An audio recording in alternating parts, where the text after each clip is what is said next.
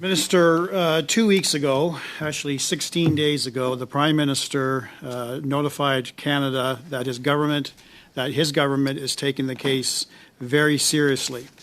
He secondly said this is a very serious situation that you, sir, as the Minister of Public Safety, would be doing a full follow-up to understand exactly how this happened. The Minister will share all that we learned in the appropriate moment. That was 16 days ago. You've indicated the process by which you've disclosed this 5-page document to committee, literally 20 minutes before the commencement. In my former career as a Crown attorney, if I tried to pull something like this in front of a judge, I would get a severe tongue lashing. This is not procedural fairness. This is highly, highly suspicious in terms of the timing by which you release that. So, moving on. I too want to talk about the video, the notorious video from 2015.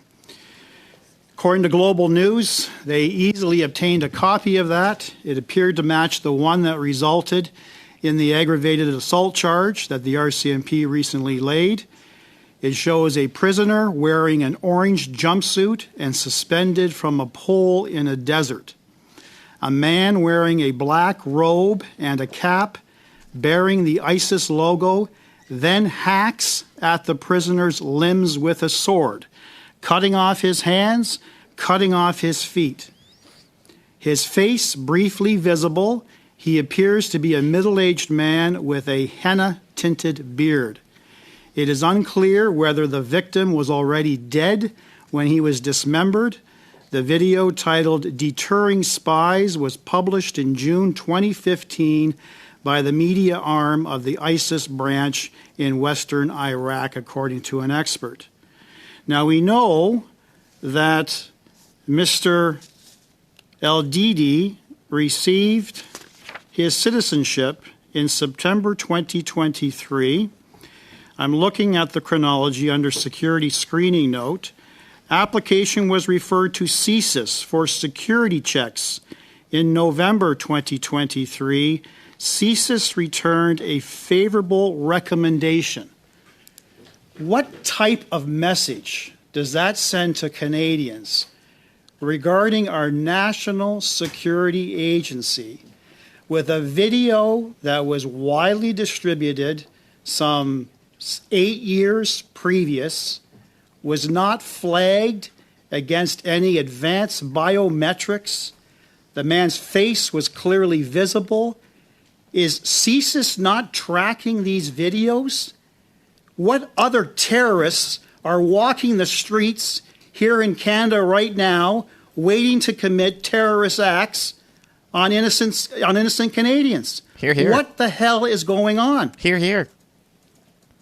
So, Mr. Chair, through you to Mr. Brock, I would also think that when in your previous job as a Crown attorney, you would be commenting with the benefit of parliamentary privilege on something that you know very well may form part of the evidence in an upcoming criminal trial. As the Deputy Commissioner of the RCMP said, I'm not sure you would, on the steps of a courthouse in the middle of an ongoing trial, have been as dramatic as you were for your social media clip now. Sir, Minister, I am not a Crown attorney right now. I am a parliamentarian asking the tough questions that Canadians want to know.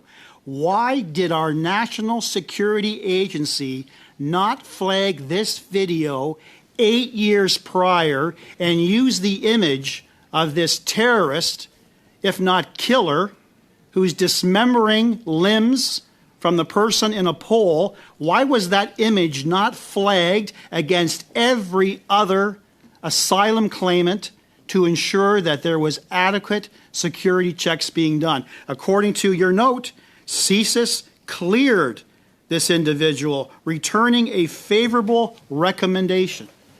How did that slip through? How did that slip through, sir? So again, you're referring to alleged dramatic images. It's not alleged. It's not alleged. It's confirmed. The video is not alleged. I think we should be careful talking about criminal evidence, but as I said in my opening comments, and Ted Gallivan is going to be able to give you some precision with respect to the video and how security screening agencies came into possession of that information. At the time when the relevant decisions were being made by the Immigration Department and the security services were doing their work, the existence of that video or the information that you have recounted to the committee now was not available. And I think Mr. Gallivan can provide available. some precision in terms of why that was the case. Well, it begs the question as to Excuse- why. Mr. Brock, that's enough.